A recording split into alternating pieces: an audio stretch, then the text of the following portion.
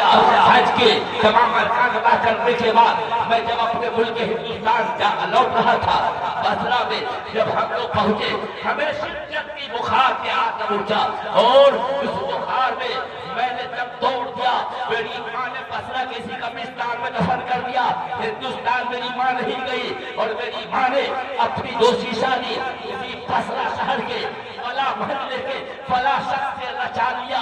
اب مجھے اس کی فکر نہیں ہے، میرے ماں کے علاوہ میرا کوئی نہیں ہے، اور ماں اپنی دنیا میں مست ہے۔ اب میرے لیے کوئی دعا کرنے والا نہیں ہے، کوئی خیرات کرنے والا نہیں ہے، کوئی صدقہ کرنے والا نہیں ہے۔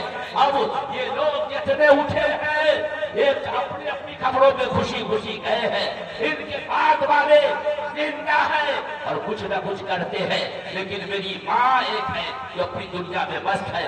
حضرت صالح پوری کہتے ہیں کہ میں خواب سے بیدار ہوا، بعد جمعہ میں اسی طرف محلے میں گیا، اس کے بتائے ہوئے پتے پر مردے کو قبر میں سب کچھ معلوم ہے کہ کون کس حالت میں ہے، کس کی شادی کہاں ہوئی ہے، کون کس طرح زندگی گزار رہا ہے، ساری خبر قبر میں اسے دے دی جاتی ہے۔ صالح پوری نے ان کی ماں کو کہا، ان کی ماں رونے لگی، 10,000 دینار دیا، کہا صدقہ کر دو، میں وعدہ کرتی ہوں۔ پھر روز جمعہ کو انہوں نے وہی خواب دیکھا، اب وہ نوجوان بھی خوشی میں جھوم رہا ہے۔ کہا کہ صالح پوری، آپ نے جو میری ماں کو کہا، میری ماں نے اس پر عمل کیا، آج میں بھی خوش ہوں۔ پتا چلا کہ زندہ تو کچھ کرتے ہیں، مردے کو قبر میں خوشی ہوتی ہے، بے حد خوشی ہوتی ہے۔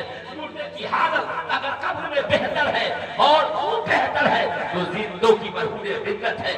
علامہ کہتے ہیں صدر الصدور میں علامہ جلال سیدی نے لکھا ہے کہ زندوں کی مرہون بدت ہے کہ مردوں کی حالت قبر میں بہتر ہوتی ہے، قبر کشادہ ہوتی ہے، قبر میں روشنی ہوتی ہے، قبر میں نور ملتا ہے، قبر میں خوشی ملتی ہے۔ یہ زندوں کا بڑا عمل دخل ہے۔ اللہ کی بارگاہ میں دعا ہے کہ رب جلیل بابو محبوب ظفر کو سفر کی اتنی صعوبتیں پیش آنے والی ہے، اس کو آسان کر دے، اور خوب بہتر سے دربار نبی کی ان کی حاضری ہو جائے، اور اس حاضری میں یہ ہم لوگوں کے لیے بھی دعا کرے کہ ہم لوگ کو بھی سرکار جلد بلا لے۔